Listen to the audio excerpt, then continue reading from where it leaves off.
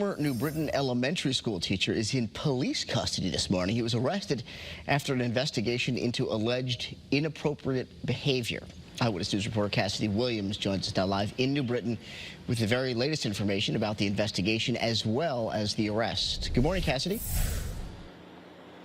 Good morning. I spoke with a New Britain police officer this morning who confirmed that Irving Rivera is in their custody at the police department. Rivera was formerly a special education teacher here at Lincoln Elementary School. Parents were sent a letter about his arrest yesterday. Here is what we know. The letter says that on February 8th, Lincoln school officials were notified of potential inappropriate behavior. The school says Rivera was immediately removed from the school and placed on leave while police and the Department of Children and Families investigated. On March 22nd, Rivera resigned, and then on April 5th, the letter was sent to parents about his arrest. That letter from the superintendent reads in part, "Our hiring process is already compliant with all mandated background check requirements, but we will work to find ways to exceed what is required by law to ensure that the district hires staff that represents our strongly held morals and beliefs." Now, this letter does not make clear what exactly Rivera was arrested for. His charges are so new